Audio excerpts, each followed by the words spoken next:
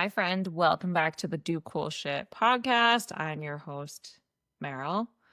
And I have a big question for you today. Is life happening to you or for you? Very often, people create this narrative, and it is that they are the victim, that life is happening to them. This is something that I see all the time, very often in areas of health and fitness. And I will caveat this by saying a lot of the times people don't actually know that they're doing this. A lot of the reasons why people do things are kind of deep in there. And we're going to go over why that happens. But this is something, and I will tell you up front, this might be one of my biggest pet peeves. I am someone who, as a person, as a coach, can very much hold space. I'm very compassionate. I also am someone who is very solution oriented. And when someone continually operates with a victim mentality, it's something that I have a hard time tolerating. So let's kind of define what a victim mentality is. It's operating from the belief that things happen to you rather than for you or by you. There's a core belief in it that is, I have no control over what happens to me. There's emotions that are attached to this, like helplessness and hopelessness, and resent is also a really big one attached to this. There's a lot of complaining and blaming and waiting for someone else or something else to fix things. Victim mentality isn't just feeling sorry for yourself. It really is giving away your power.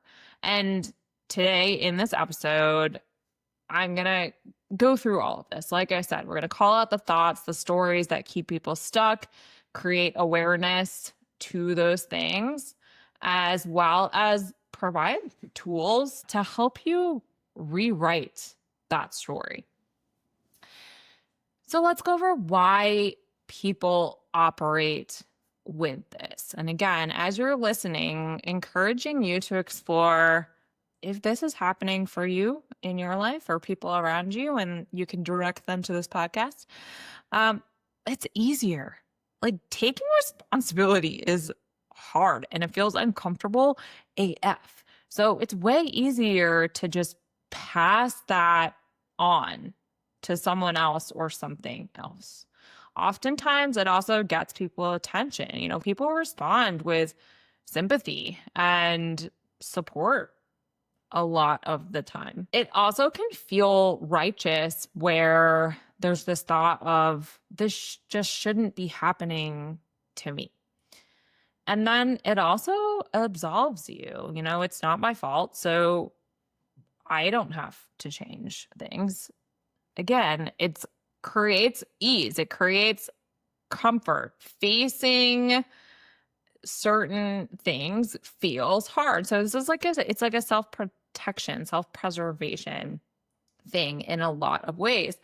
Although there are some hidden costs here, and I would say maybe not so hidden. However, again, people operating with this unknown, the hidden costs are incompetence, which what we went over recently is one of those basic psychological needs. So you're not meeting that when you operate with a victim mentality. When you believe you have no control, you stop developing problem-solving skills. There's a lot of chaos in people's lives when they operate with this mentality. You're not taking ownership and your life feels unpredictable, out of control. There's stagnation. So, when everything is someone else's fault, you're never going to grow. You're never going to improve. And there's a lot of isolation here because, just as I said, eventually when people are chronic victims, acting as chronic victims, always blaming, never taking ownership, it's draining. The energy vampires, like very often energy vampires are operating with a victim mentality. Let's go over some examples of how this shows up.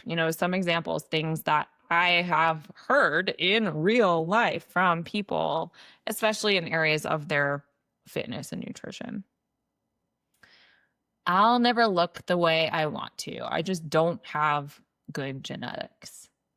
So, what's going on here when people say things like this is, well, there's a lot of comparison happening, which you may have heard the comparison is the thief of joy. There's a lot of excuses for lack of progress, and that may feel like reasons to that person. Well, what happens when someone operates with this, or they have this narrative in their head, is that they never push hard enough to see any progress. They never stay long enough in the process, because what's the point in their mind? So they stay in that comfort zone of what works for them. They don't seek out training partners or coaches that push them or challenge them. They don't try new things because it, quote unquote, won't work anyway.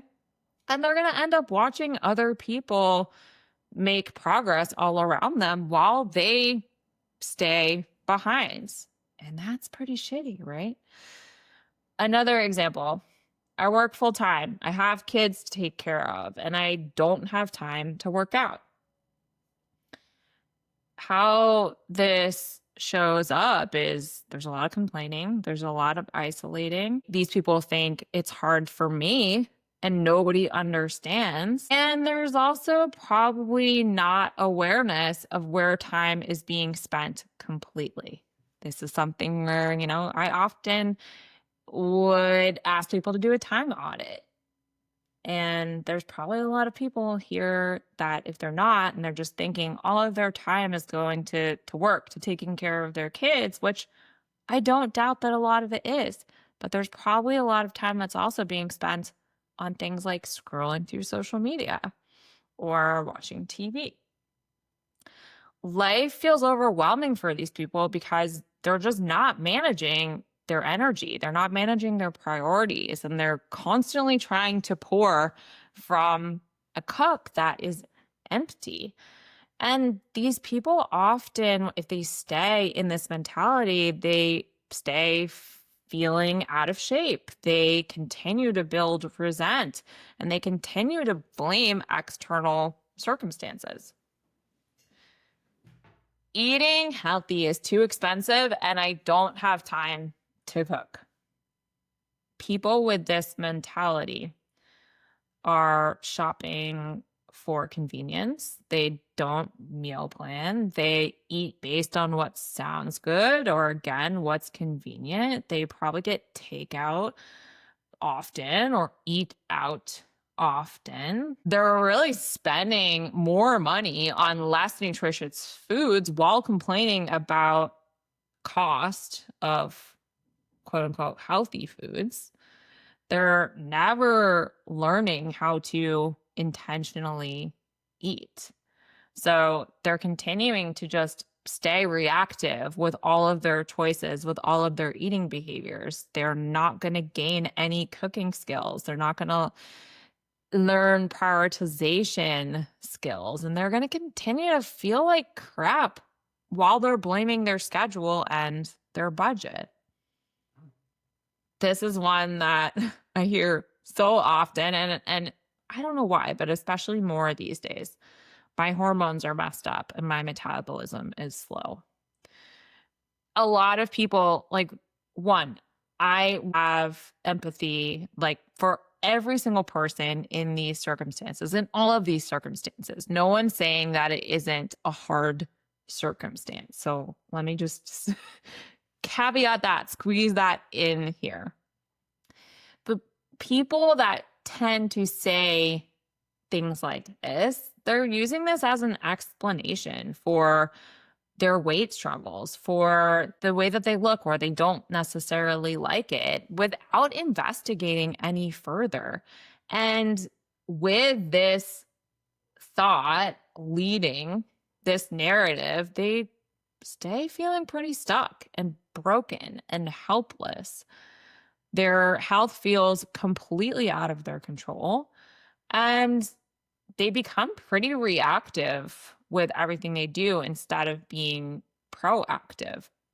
And honestly, they really don't end up addressing the actual underlying issues or causes, and they don't get to a place where they're ever developing health management skills, for lack of better words, like building their foundation, looking into internal health deeply, or their habits, behaviors, lifestyles, things they're doing deeply, and just continue to, again, feel broken and stuck and helpless. All right, so two more in here. We go out often. My friends like to party. I have a hard time saying no. So people with this type of thought is they're going into things using social obligations as excuses to abandon their goals. They feel powerless around their friends or around peer pressure. They say yes to everything that others want and no to what they really need for themselves. It's kind of self-abandonment. And because of that, they don't develop boundary setting skills or learn how to navigate social situations while staying aligned with goals and values. They stay stuck in patterns that don't serve them while blaming others for their choices. And the last one, which I wish I had $1 again for every time I've heard this, because I'd be so rich. I've tried everything and nothing works for me. The reality here, when people have this thought, is that they've tried a lot of things. I don't doubt that at all. They've tried things for short amounts of time, and then they quit when those results aren't immediate. They stay stuck in these cycles, stopping and starting, and probably like having some success and then backtracking, always looking for the next best thing. And they never develop persistence. They never develop problem solving skills. They never build self-trust or resilience. And they feel broken and they feel isolated, and they're convinced that they are the exception to the rule. Calorie deficits don't work for me. So all of these things are, again, like thoughts, narratives, the stories people tell themselves about why they can't change become the exact reasons why they don't change. And the reality in here is that these are all choices. I've mentioned this before. You always have choices. So let's talk about how to shift away from being a victim. Life isn't happening to you. Life is happening for you. One big tool here is radical acceptance. What this means is that you're accepting the reality as it is, not as you wish it were. You can't change what you don't acknowledge. So you're saying, this is my situation right now. This is what it is. Now what? And what this does is it helps, to stop wasted energy fighting reality and redirects it towards solutions. So instead of saying something like, I shouldn't have to meal prep, it's so much work, you're saying things like, meal prep takes time and it helps me reach my goals. How can I make this easier? You see and probably feel the difference in those two narratives. Radical acceptance allows you to be grounded in where you are. It's the starting point for real change. Taking ownership is the next big tool in here that I'm going to offer you. What it means is you're owning your part in your current situation and your power to change it. And this may be radical too. You may not feel like anything is, I don't want to say your fault, but like you're doing. Sometimes this may be radical and you're looking for what's my part in this. It is hard. I will say that because it means that you're admitting that you had control in these things or influence in these things all along. And yeah, that can feel kind of shitty initially. However, when you take ownership, that also is empowering.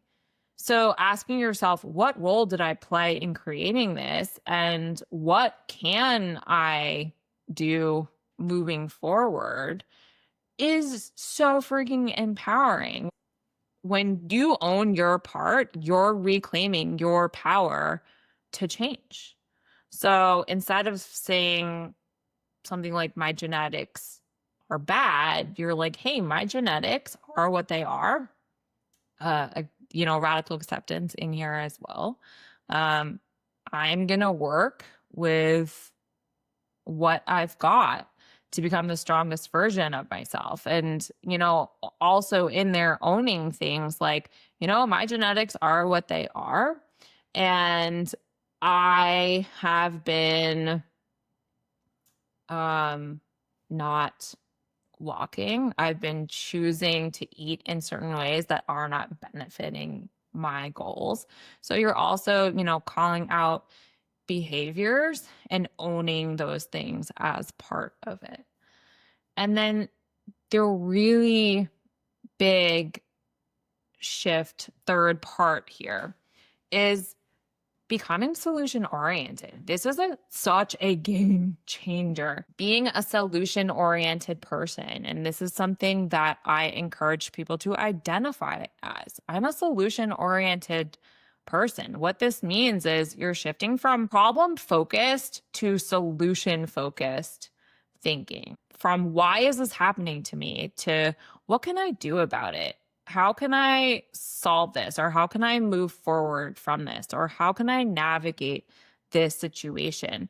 You're going from complaining and, again, feeling like a victim of the circumstance to putting yourself into that empowering position and creating from that point forward. It's building actual problem solving capabilities, which is, I've said the word empowering so many times, but it's just an all encompassing word here. So this is such a big, big game changer. These three things really are radical acceptance, ownership, and being solution oriented. So an example with the solution is, I don't have time to work out, going to how can I fit movement into my current schedule with what I have here? I have 20 minutes. Okay, what can I do with that 20 minutes? So again, radical acceptance, acknowledging the current reality without judgment. Don't do that. Let's take the judgment out of it and stop fighting what it is. Start working with what it is. Step 2 in here, taking ownership. Identify what you can control and influence. Own your role in creating and maintaining your current situation. And then step 3, get solution oriented.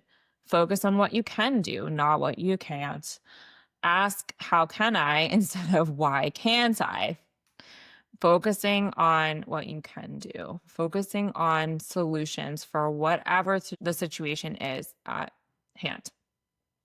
So let's put some of these into play with some of those victim mentality examples I said. So that victim approach of I'm too busy, I have no time, everyone else has it easier.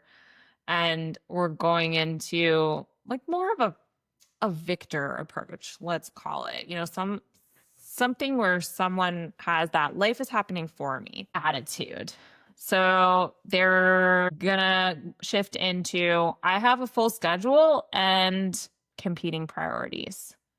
That's the radical acceptance. I'm choosing how to spend my time, and my health hasn't been a priority up until this point. That's the ownership.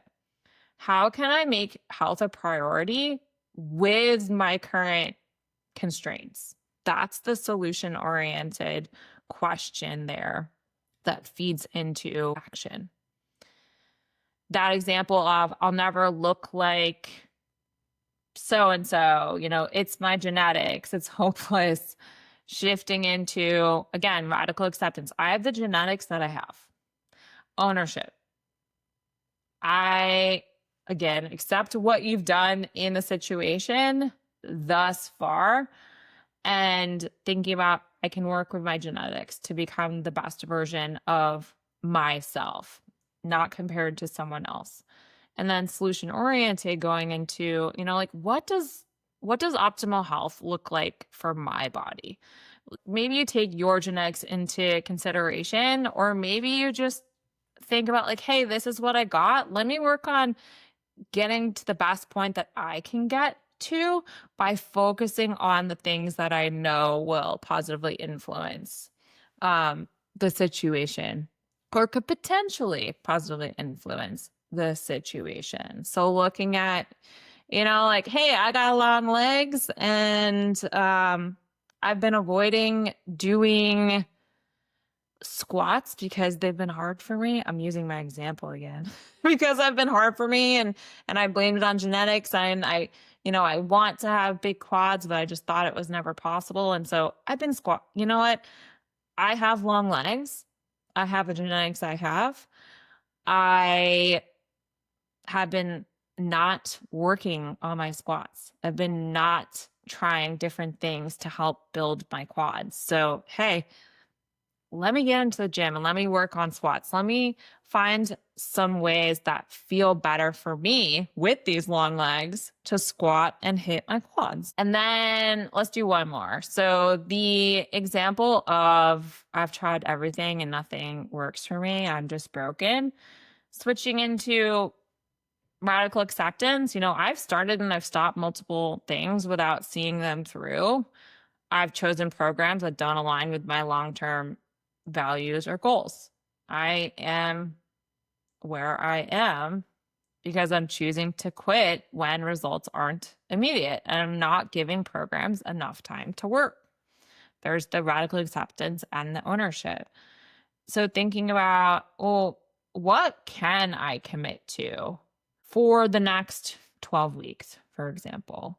How can I track that progress? And then going deeper into that.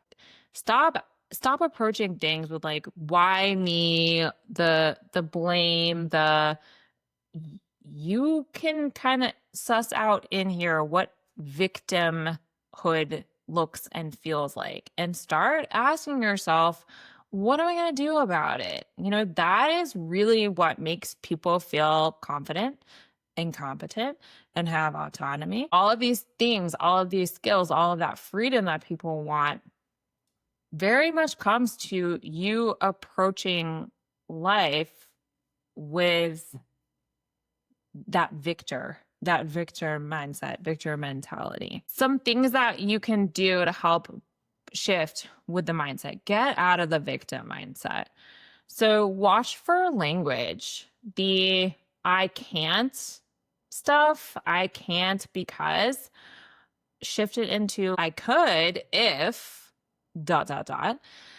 This always happens to me. This is happening. How do I handle it? What do I do about it?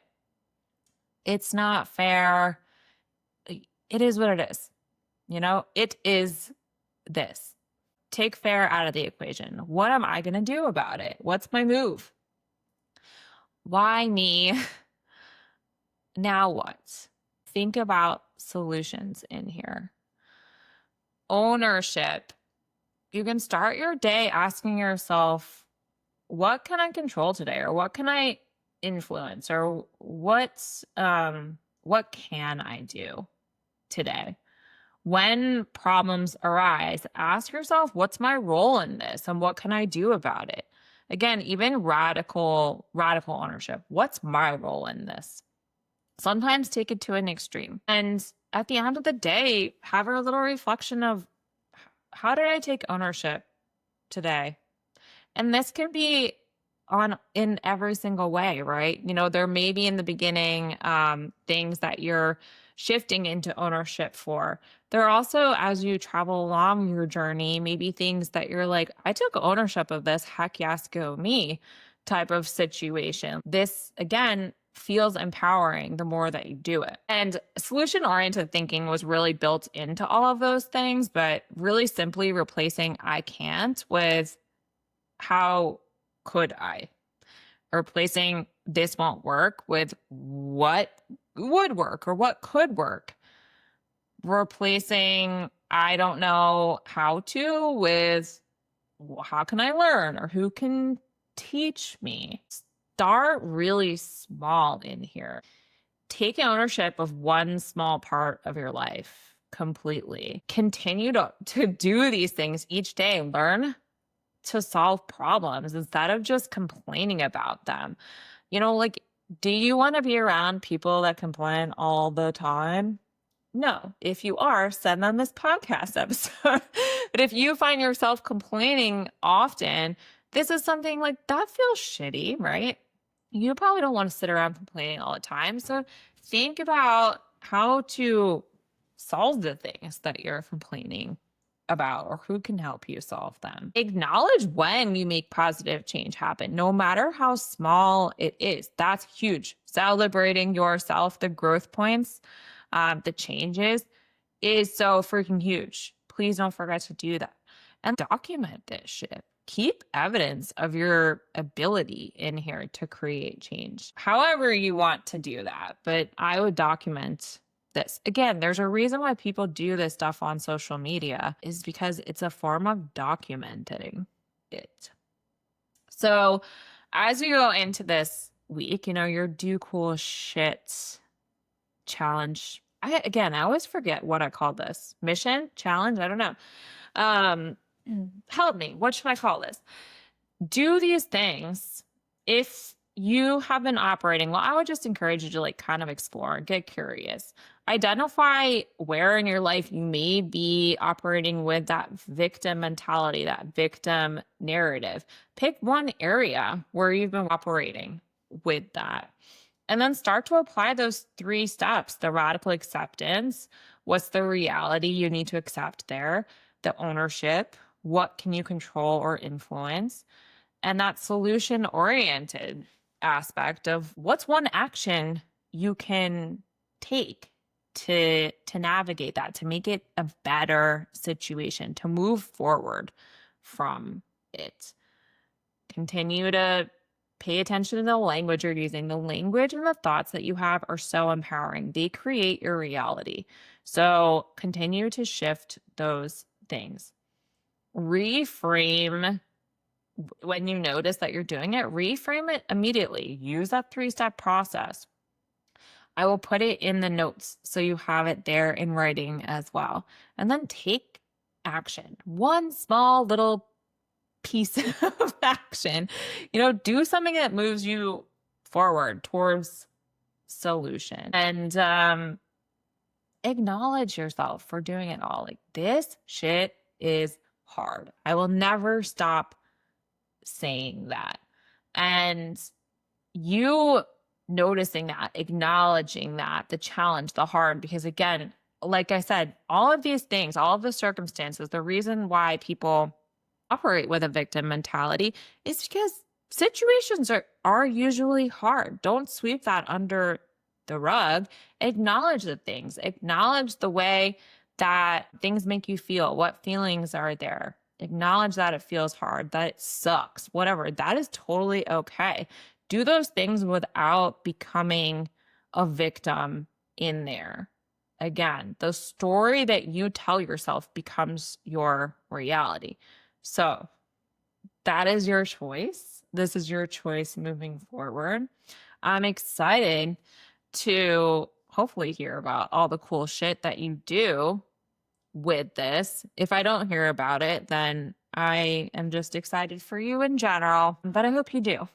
Share. If you use this, if this was helpful, reach out to me. I honestly just love connecting with people and hearing their stories and hearing how they're doing cool shit in their life and bettering themselves and growing. So honestly, would love to hear from you if you message me on Instagram or email me. All of my contact information's in the notes. And if this was helpful for you, give it a share, give it a like, I don't, whatever else, you know the deal.